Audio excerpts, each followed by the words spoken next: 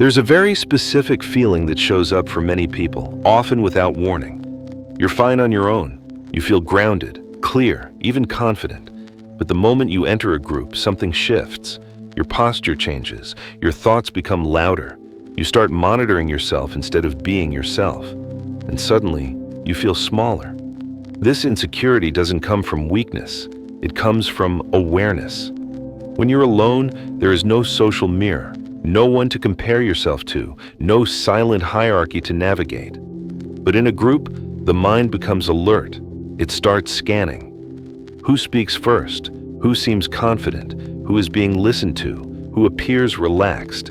And without realizing it, your nervous system shifts into evaluation mode. Psychologically, this is rooted in something very old. Humans evolved in groups where belonging meant safety, rejection meant danger. So the brain learned to constantly adjust behavior to stay included. That mechanism never disappeared. It just became more subtle. Today, insecurity in groups rarely looks like fear. It looks like overthinking, holding back, trying to say the right thing, or saying nothing at all.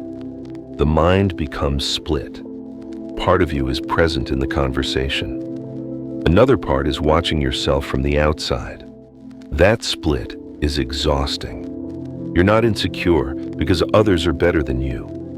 You're insecure because you're comparing internally while everyone else is simply being. Comparison doesn't happen consciously.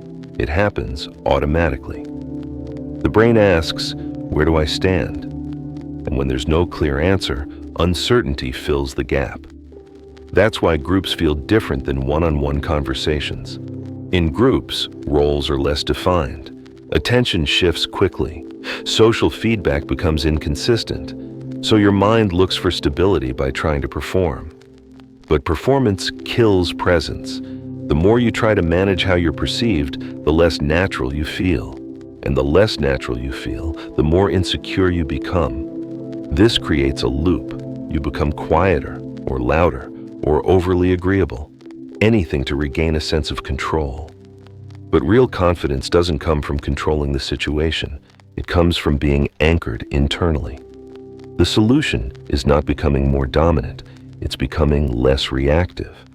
When you feel insecure in a group, your first instinct is to escape the discomfort, to either withdraw or overcompensate. But that keeps the pattern alive. Instead, the key is learning to stay present without fixing the feeling. Insecurity loses its power when it's observed instead of resisted.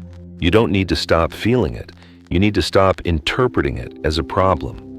The moment you accept, I feel slightly uncomfortable right now, without judgment, your nervous system begins to settle. Because acceptance signals safety. Another important shift happens when you stop trying to impress the group and start listening to it. Presence grows when attention moves outward, when you genuinely engage with what's being said instead of how you're being seen. Confidence is not loud certainty. It's calm participation. You don't need to dominate conversations. You don't need to be the most interesting person in the room. You don't need to prove intelligence, success, or wit. You need to trust that your presence is enough. This trust doesn't come from positive thinking. It comes from repetition. The more often you stay grounded while feeling slightly uncomfortable, the less threatening that feeling becomes. Over time, your nervous system learns that groups are not danger, they are simply environments. And once that lesson settles in, something changes. You stop shrinking, you stop performing, you stop needing approval in every moment. You begin to speak when you have something to say and remain silent without shame when you don't. That's real confidence, not because insecurity never appears, but because it no longer controls you. And slowly, without effort, you take up the space that was already yours.